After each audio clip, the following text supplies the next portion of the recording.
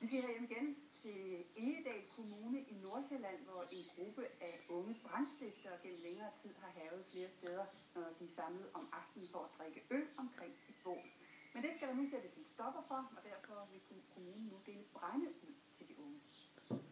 Når de unge i Egedal Kommune mangler brænde, sætter de ild til kommunens ejendom her på biblioteket, i SFO'en og den nybyggede skateboardrampe. Der bliver brændt på og bænke af og ting, som ikke skal brændes af.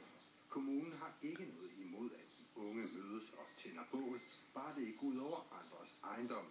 Derfor vil man nu forsøge sig med at dele brænde ud til de unge. Vi håber, at vi kan undgå, at kommunens bord og bænke bliver brændt af, og også private borgers havemøbler. Jeg synes, det er en fantastisk kreativ, meget dårlig idé. Senest gik det ud over denne bænk ved Ølstykke Bibliotek, hvor personalets frokostbænk var ved at gå op i flammer. Men hærværket stopper ikke bare ved at dele brænde ud, lyder det for et medlem af kommunalbestyrelsen.